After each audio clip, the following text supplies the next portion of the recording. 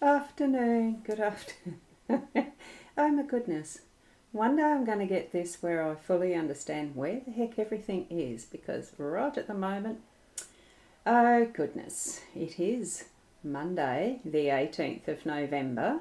I've already done this once this morning in the system that I'm very much used to, my own page with Ros Boundy. I'm Ros Boundy on behalf of Boomer Press, um, doing the live stream into 5 Foot Rope TV, and I'm hoping, but I'm not sure that it is, going into the event as well as to the page, as well as to, I don't know where. I'd like it to go to my Ros Bounty page too, but I can't remember how to share that. Maybe Susie? Hello, Susie. I don't know whether you can tell me or not. I think I need retraining. Too used to my own methods in the way that I've been doing it for over 6 years. Probably a wee bit old. But anyway, we're here just to do a little more practice on get to starting the writing. I know I've got it written up somewhere. Start writing, keep writing, and continue working toward what might be your memoir. Okay, now in the last few episodes that I've done that are the weekday episodes, these little half-hour slots, I have used what I've got here is the life story. And that's the one I want to keep on using for these episodes so that what we can do is share some of the interesting questions that come out of this particular tool, the deck of cards that are this. Now I'm going to switch it round so that I can move through it again with those who may not have seen how I do this and use it. So let's just have a look here. I'm just going to, before I forget, put the website boomerpress.online in the links there in the chat part there. I'm hoping it turns up somewhere that you can click on the link so that you can have a look at the website. I don't have these for sale. This is just something that I picked up as I was looking around for. There might have been a tool, you know, the adverts, the algorithms, and how you look for something and you get shown everything else related to it, even if you've already purchased what you want. It was one of those types of stories, and this showed up because it was cards or something to help with, writer's block or something like that. Just can't remember, and this did show up. It's I got two, so I have since gifted the other, sold on the other one that was a double up. I'd forgotten I bought one. I bought two instead. So Lainey's the lucky recipient of that. So here it is. A lovely little tool, for something that is professionally produced, sort of. There is errors in it, as you can tell on the back. You know, an author would pick that up, a writer would pick that up. Someone that proofreads. So that's how the boxed set is. It's in a lovely box like this. It's not too badly constructed. It's quite solid and quite good. So in the end, we'll all become stories. I love that little saying. In the number of times that I've actually opened this box, I only noticed it the last session that we did, the last episode I did. So I thought, well, that's interesting. In the end, we do all become stories. It is something that's a great tagline. Although what I really encourage people to do is don't leave it too late until it is too late, because we really need to start now. So in this box, as I pull the cards out like this, what we have, and I'll just put that over there so you can see the edge of it, because I do want to fit the three cards together along the side here. And for some reason I look to be very well zoomed in, so I'm going to see if I can drop that back a bit so that we can see more of the table. That's it. I must have left it about at that zoom in when I was doing my live stream this morning. So I'm not going to shuffle these cards. So these are in the categories that we're seeing for a purpose. It is that memory prompting. and it's with early life, midlife, and then we have the later life and reflection. So I've already begun using these cards, and I've left them in the groupings that I've used already. You might need to go back and look at the past episodes to see those in what order I did them. There's no need to if you don't want to, because I'm just piecing these together randomly. I shuffled each section once, and I put them up and shared them. They are random. It's just to get the creative thoughts moving forward for each stage, doing it either each day. I'm not doing that at the moment. It is only Monday and Thursdays, but the idea is probably to do at least once a week. Write your pieces about each stage of life to get those rememberings happening, and down on paper it really is a lot more solidifying, so that you can actually remember even more as you are writing. That pen to paper does a lot more than just doing the keyboards. I know from my own experience how much it does improve what you are thinking, and writing as you're thinking, and writing as you're thinking. So the first one that we've got here for today's exercise is, for what we're going to write. From our early life, what are your most memorable stories of your mother? Now, some of these do seem to be similar questions as they're coming up, but they're not all the same. Guaranteed they are not. Because one of them recently was, what did you learn from your mother? This one is, what are your most memorable stories of your mother? And just as an example from me, was one of the instances. I'm just going to point the Apple Pencil there at the one that I'm currently talking about. Makes it easier. I don't have to wobble the pencil around everywhere. And these cards are brilliant, Susie. Now that I've opened them and started using them, it really is proving to be quite the memory joggers, and getting you to think past what was the most obvious thing that we remember about people in our family and our life. Because sometimes what I've found, when you get together with your siblings and other family members, like your aunts, uncles, cousins, all that you do each remember different things, and you sometimes slip into their memory of remembering as if it is yours, and it's not quite the right remembering, if you get what I mean. This, for me, is actually starting to trigger some of those memories for myself, without thinking, oh, well, what do I ask my brothers, sisters, and etc.'s, because I'm not with them at the moment. And it was funny that this morning, just out of the blue, wasn't anything at all to do with this, but now it's brought up that memory. And it was, for some reason, I had a question in my mind that popped up, was, when did I remember? I remembered. It's not when did I didn't have the question pop up. It was the instance of remembering. Oh, I can remember having our first ever taste of spaghetti and the experience of eating it. Not the canned spaghetti, but the real stuff, as pasta cooked, boiled and cooked as a pasta, and the bolognese sauce put on top, and the parmesan cheese on top of that.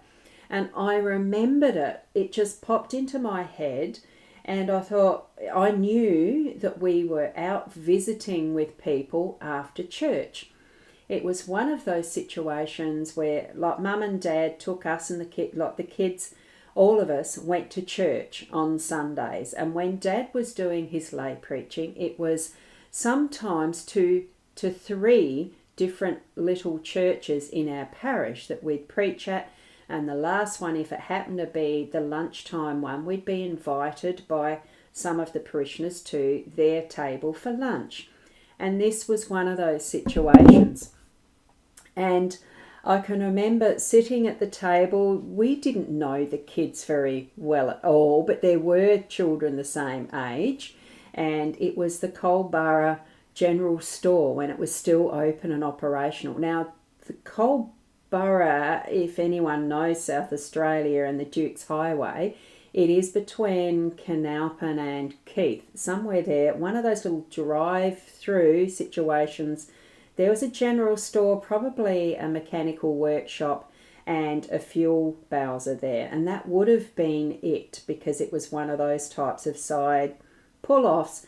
You didn't have as much kilometre range with your fuel tanks in those days, and you filled up and got the kids a drink and then kept moving on. One of those little places. And I remember sitting down to this meal. We had never seen it as children. Mum had never cooked it before, but we were made to eat it because that's what the polite thing is to do. You don't refuse the food when you're out as a guest. Sitting there trying to work out how to eat this spaghetti, and you grab the fork, pull it up to your mouth and slurp it, and it slops everywhere. And the smell of the Parmesan cheese as it was melted on top, it must have been that Kraft shaker type. And it smelt like, what it does smell like. Well, for me as a child at the time, and we had to eat it. We had to sit there and eat it. And it was horrible. I felt like puking. That's the experience. So that's one of the memorable times where I can definitely recall a story of Mum surreptitiously making us eat it, saying, come on, you've got to eat this. We knew with the look on Mum's face, we had to eat it. That pressure, that look, very interesting. So, Susie, yes, and you remember the same thing or event differently or from different perspectives as well. Absolutely it is. Because one of the things I did was I thought, well, I'm going to give my twin sister a call. She might be around and she might remember it as well. Well, she didn't. She vaguely remembers the Coalborough store and eating there, being there, but she can't remember the meal. And I'm pretty sure it was that. I have no way of proving it now. But it's an interesting story, isn't it? Now with our midlife question from today, what we're going to look at is how did you adjust to working full time? Now I remember one of the previous questions, if I can quickly flip through this one. Did you change jobs a lot? Can you describe each job you had? Where's another midlife one? Do you have grandchildren? No, I think I've got these mixed up. There was one about, did you have a part-time job when you were young and did you enjoy it? So now we're advancing from that when we were young. We're at the midlife. How did you adjust to working full-time? So here, what did you experience? And Susie, it's so funny how we are at the same event but remember it so differently. Yeah, isn't it? And it's just because there's that different perspective of how we are seeing what we're interested in, I suppose, and what we remember. Okay, now Susie, I have a funny feeling you've mentioned before that you have had multiple businesses along your lifeline, job experience, or did you work? Because I explained the last time, look, I didn't actually have full-time jobs. I haven't ever had full-time jobs because I was home looking after 4 children. I did spend time after they were in bed and all of that doing the bookkeeping and doing the office management, payroll, all of that sort of stuff. When I could, once the kids started school, I was part-time up at our depot. We had the earth moving by then, not just the potting soil and cow manures and stuff. We were fully into earth moving by then, and a depot and on-site quarry and all sorts of things like that. So I was able to do part-time. I've never worked full-time 9 to 5 at all. So, and Susie, you certainly have. You bought your first business at 20. Yeah, I thought that's what you'd said. And you did have a few full-time jobs in between, but mainly worked for yourself for the last 35 years, which is what I've sort of been doing mostly since divorcing and the rest. It has been that is the solopreneur, working at the therapies and things that I decided to learn to create that space that I wanted for how I'd structure my income earning capacity. So what we've got, how did you adjust to full-time working if you were a worker for someone else? Or adjust to each of the different style of businesses? That question can be adapted. It's just to get those creative juices and thought processes moving ahead, okay? Now what we've got for the one today with a later life and reflection is, what have been the most positive things in your life? For each and every one of us, that's definitely going to be a different answer for all of that. Because for each and every one of us, just to relate a few of mine, it would have to be that process of finishing school, being married, and having the first baby, and then the second, and then the third, and then the fourth. Each of the children. So having. It really, you can't explain it. It really just is that moment to treasure each time, as much as the experience is not always pain-free, but it's certainly a process you forget.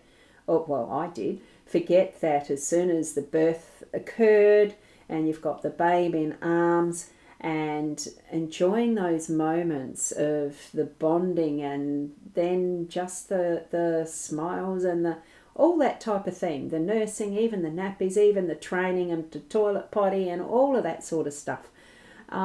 It was just a joy, and it has gone too quickly. Absolutely. And then I suppose it is those moments of positive things. Being a volunteer for the ambulance service was a really big thing for me at the time that I was a volunteer. Was able to do that for 7 years. In the end, life changes do move things around, and you can't continue some of what you enjoy. And I missed that for quite a few years after I had needed to finish it. And grandchildren and different experiences, like going to England and Ireland when we did to visit when a daughter was doing working holidays. I was determined I wanted to go overseas, and she was there, the opportunity presented. I made my husband go with me at the time, and we ended up being over in Ireland as well and visiting an Angus sale at Carrick-on-Shannon, and that was a wonderful experience because we were highlighted from the crowd as being visitors from Australia, and all eyes shine on you, and you sort of think, oh God, how embarrassing. But it was one of those highlights, a really good experience. So there's many others, of course, that you're going to be able to remember for yourself, and jot them down.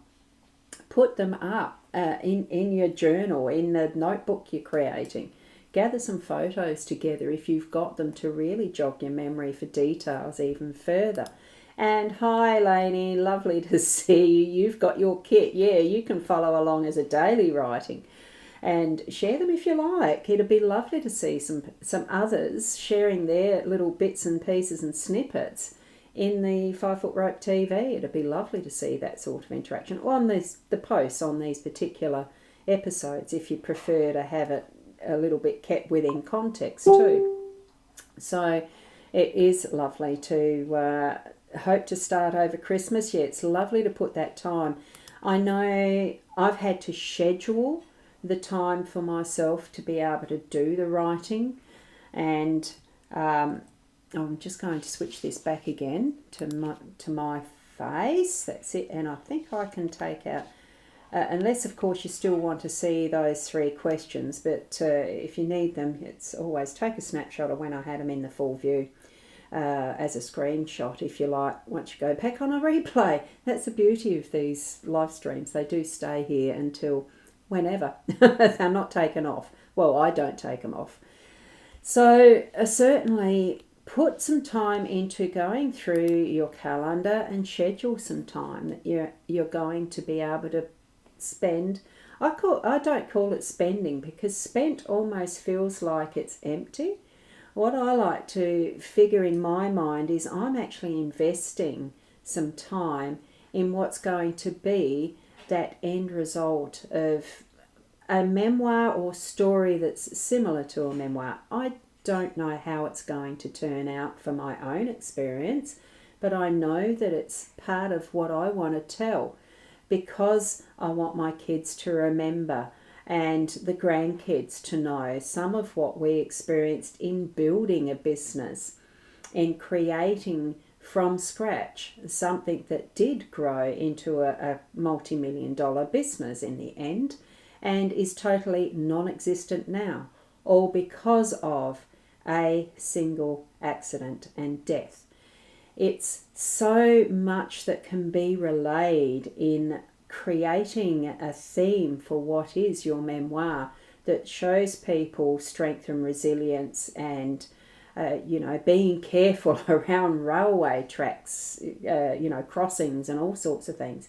There's so much in possibilities of what can be created from your own stories. So take some time, make some time. Whichever way you look at it, it needs to be in your diary or your calendar that you are putting time aside to invest in writing those thoughts that you have, those stories that you've experienced, and the possibilities that you see for what might be the future stories that you hold.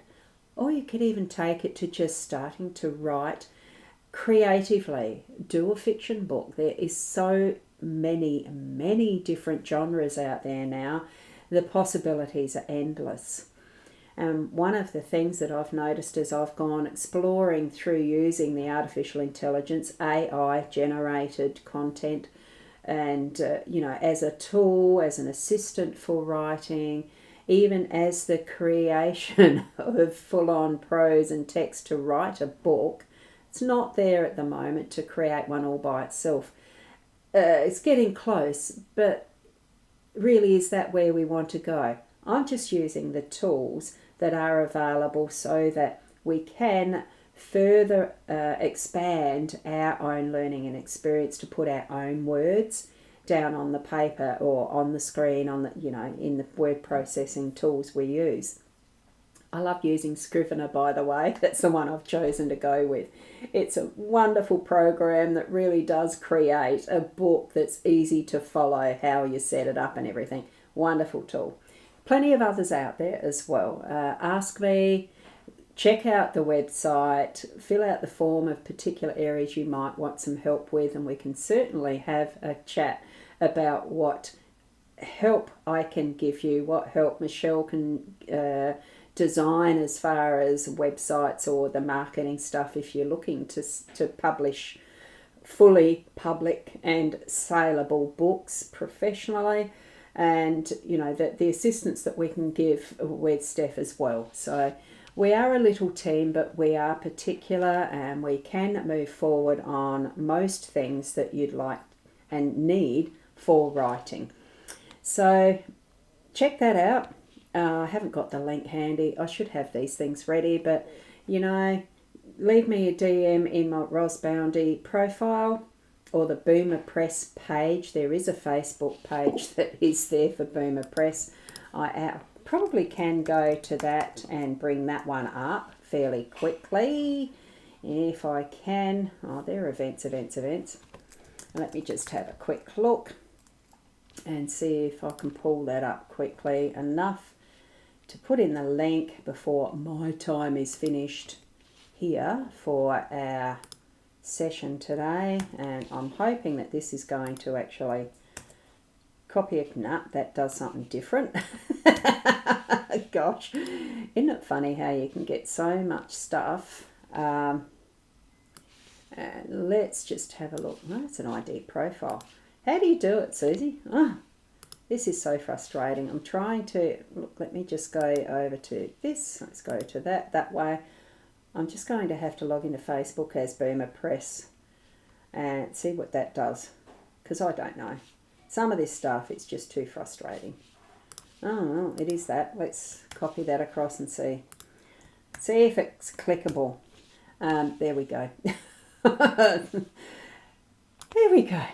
Now, and Susie, yes, so important to have that professional look for sure. It certainly is when you're moving to putting things into a marketplace that with the AI now, the availability to everybody for nearly every part of it. Ah, cool. Yep, it's posted. Good.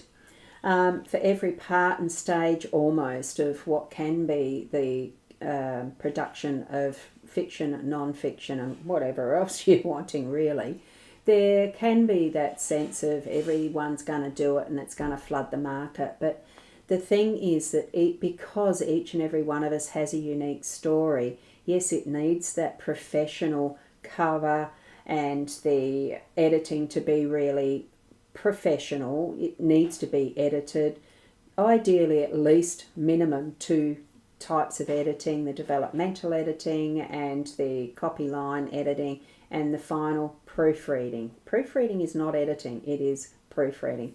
So there's really a few stages that are a must when you're looking to actually put it publicly, but you can stand out.